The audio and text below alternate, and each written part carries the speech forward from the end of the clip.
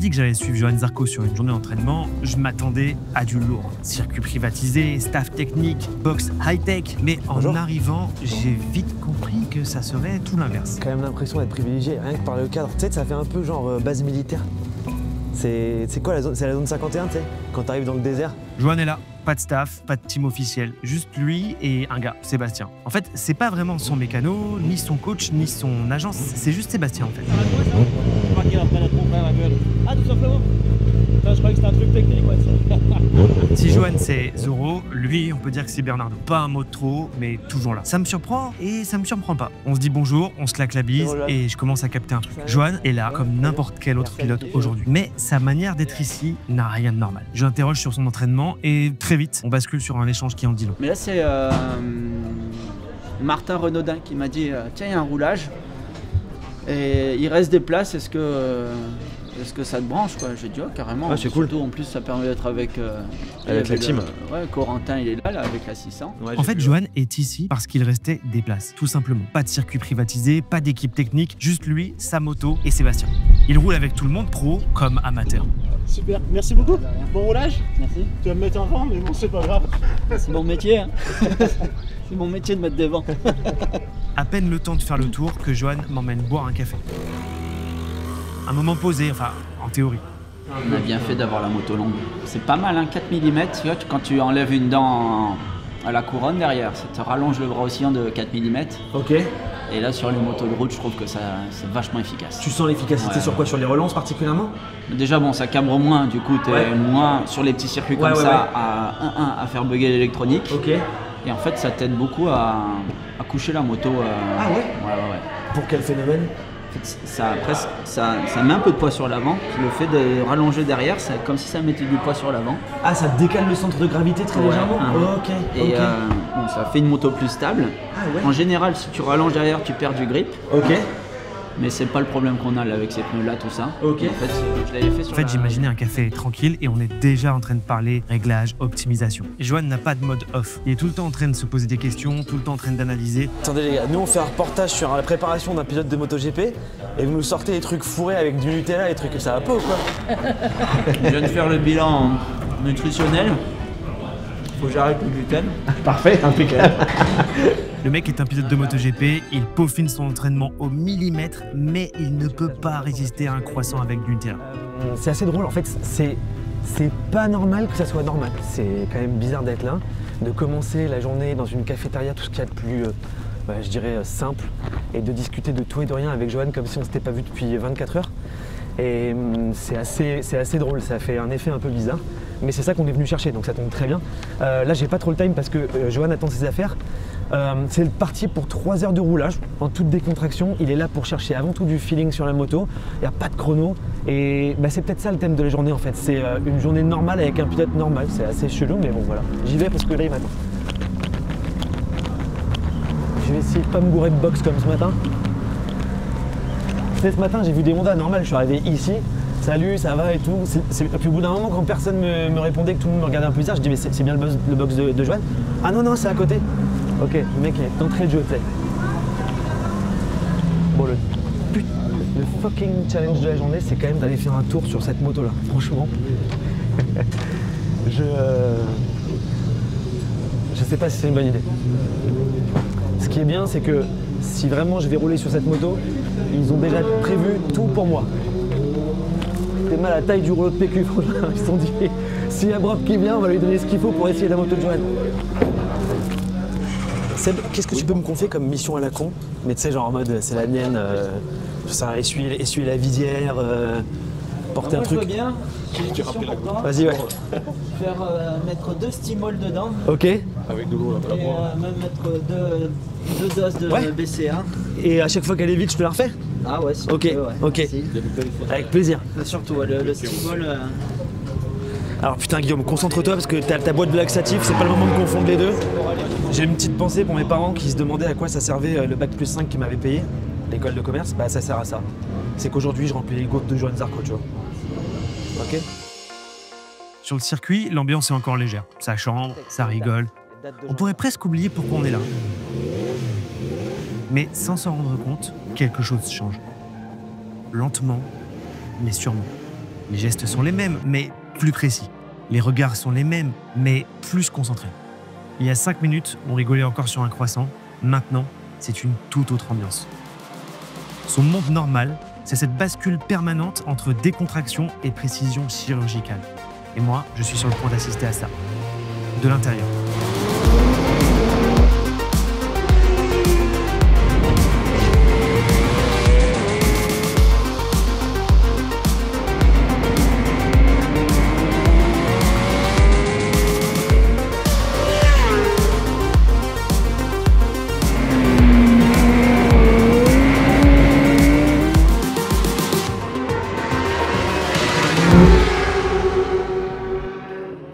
Ça va vite quand même. Ça va. Alors, un peu moins vite.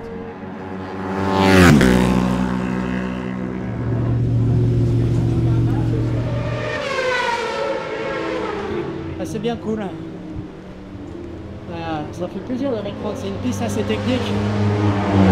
Rien de reprendre des repères, tout ça. Après, il y a pas mal de bosses. Ok. Du coup, ça va apprendre à se relâcher. Tu vois, quand je te disais le cœur à 130, là, la piste est trop petite. Ah ouais.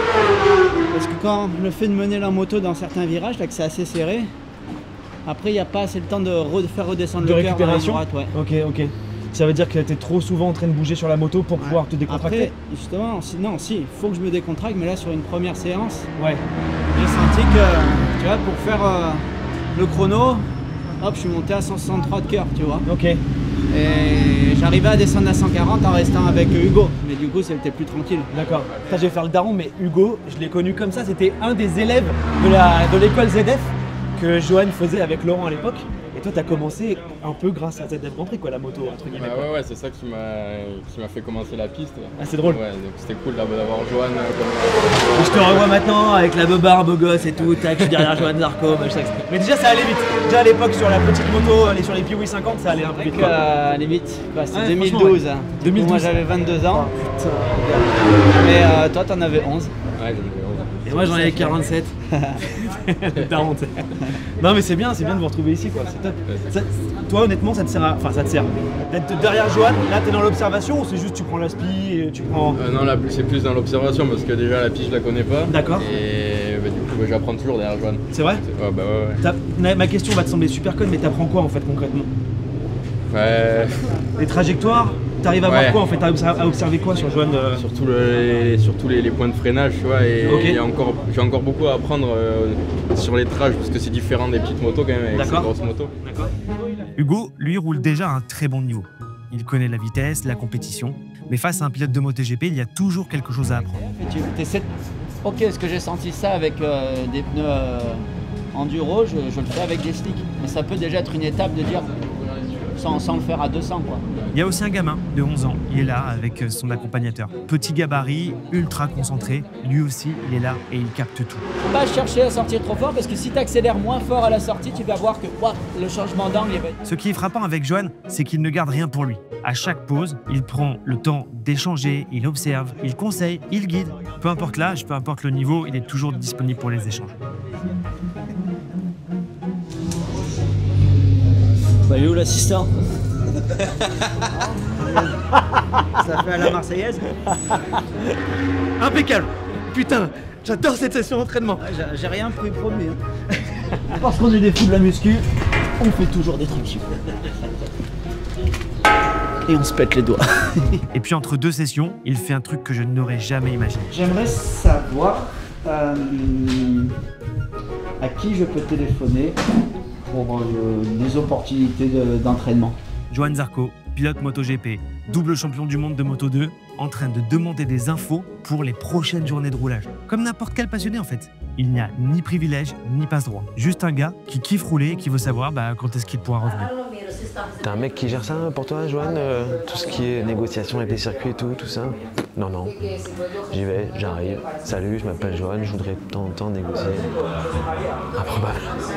Improbable. Et c'est ça la vie normale de Johan Zarco.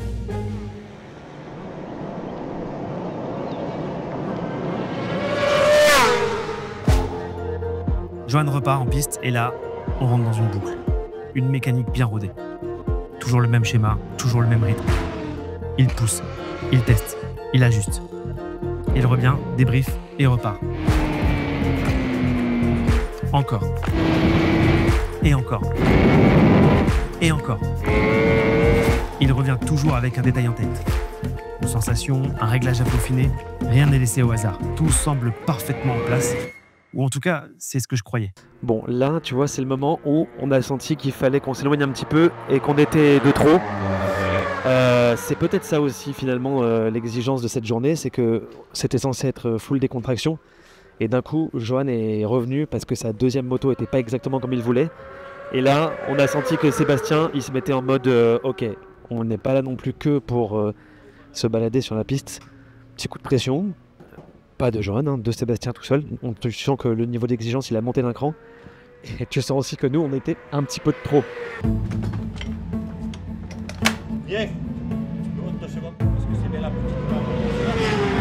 Je voulais dire, on n'entend pas une moche volée, mais une moche volée. Il y a comme un truc dans l'air. Rien de spectaculaire, pas de cri, mais tu sens que ça commence. Sébastien ne panique pas, il observe, il démonte. Il demande un coup de main sans jamais hausser le ton. Il sait ce qu'il fait. Il n'y a pas d'agitation. Et moi, j'ai compris que c'était le moment d'aller faire un tour. Bon bah on profite, c'est un peu la pause, vous avez compris, on est petite souris. Le temps pour nous peut-être d'aller dire un bonjour à d'autres gens qu'on voit passer depuis tout à l'heure, et leur demander ça fait quoi de partager la piste avec un champion de MotoGP. Bonjour. Bonjour. On cherche quelqu'un qui s'est fait dépasser 6 fois en une session par Johan, mais on ne sait pas qui c'est. Est-ce que vous pouvez balancer? 6 fois? C'est qui? C'est qui? Pas moi. Dites-nous. C'est le moment de balancer un pote. C'est le moment de balancer un pote. Bonjour, bonjour. Bah non, mais on voulait vous demander, ça fait quoi de partager la piste en tant que pilote amateur avec Johan? Hello, hello. Est-ce qu'on vous dérange? En pleine session de Candy Crush. Vous êtes pilote amateur ou engagé dans un championnat? Non, championnat. Championnat. Ah oui, FSBK? Ouais, oui. Il y a tellement de différences de niveau que tu peux pas te dire que tu vas prendre les freins et les appris. Il y en a, c'est un peu des sauvages, c'est dégueulasse. Et lui, c'est propre, il a tout en glisse et tout, c'est bien.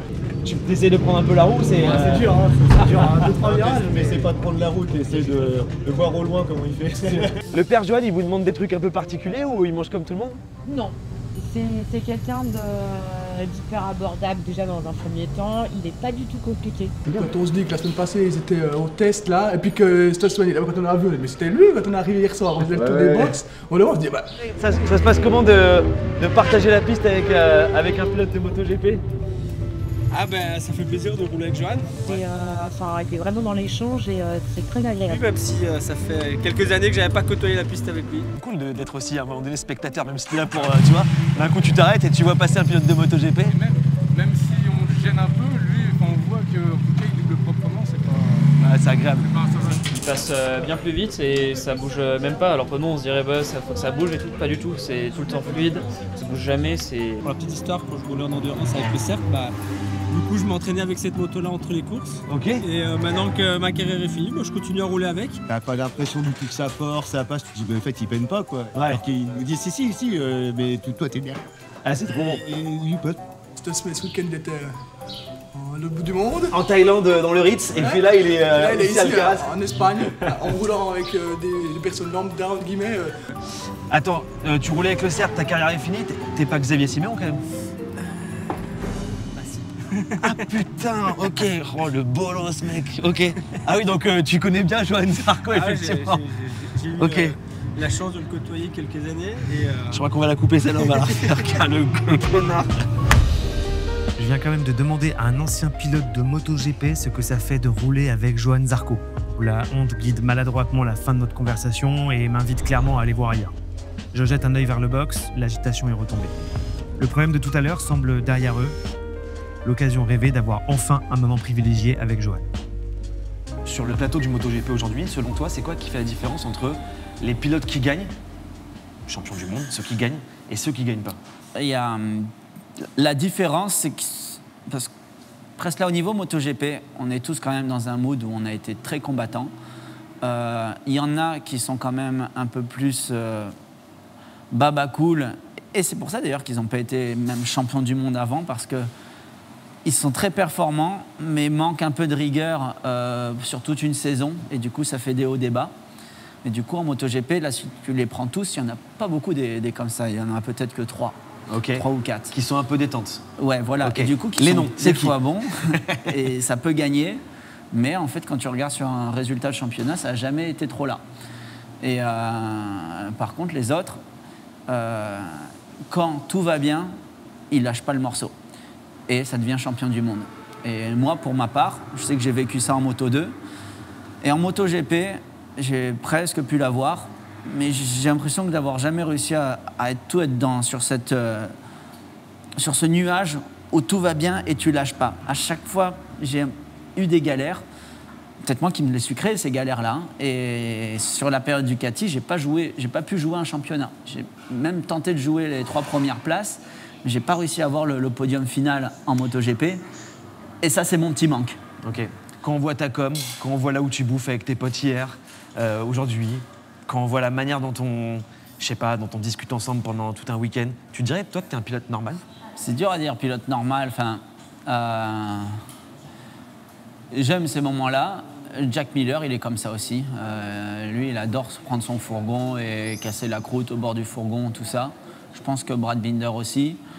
Après, il y en a d'autres qui, en fait, depuis petit, ont tellement été bien cadrés et qui ont réussi, parce qu'il y a plein de gamins très bien cadrés, mais tout le monde n'y arrive pas. Nous, finalement, ceux que vous voyez à la télé, c'est que ceux qui ont réussi. Et en fait, ils sont rentrés dans une habitude où il y a tout de suite eu de l'argent qui est rentré, tout de suite eu de l'argent qui a été mis de côté. Enfin, et du coup, tu n'es pas connecté aux mêmes choses. Du coup, pour eux, c'est ça la normalité qui est plus éloignée, on va dire, de la majorité des gens. Ouais. Parce que c'est de monsieur tout le monde. Voilà, mais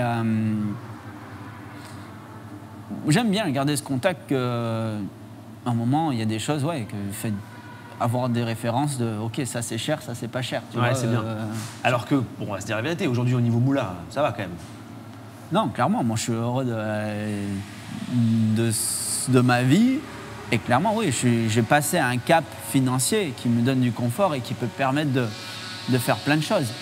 Mais aussi de dire non parfois, de dire ça m'intéresse pas. Ça, ok, non, tel truc de pub, tel sponsor, non, je veux pas, je reste focus sur les trucs qui me plaisent. Carrément. Et ça, c'est l'avantage. Maintenant, en plus, avec Guillaume, j'ai un agent qui gère bien ça. C'est un luxe presque de pouvoir choisir ou de pouvoir aussi négocier la vraie valeur d'un pilote MotoGP. Et même après auprès des équipes. Notre discussion avec Joan ne s'arrête pas là. Ce que vous venez d'entendre, ce n'est qu'un extrait. Si vous voulez écouter l'intégralité de cet échange, le podcast est disponible dans la description de cette vidéo.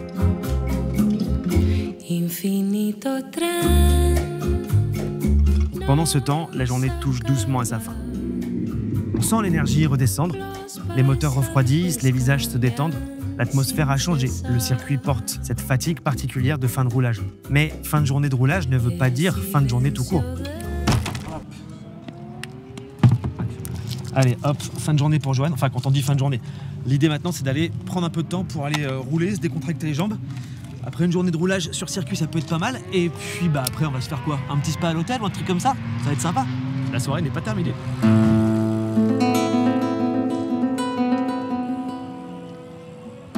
Devinez qui a encore perdu une occasion de se taire. Mais bon, j'aurais évidemment dû m'en douter.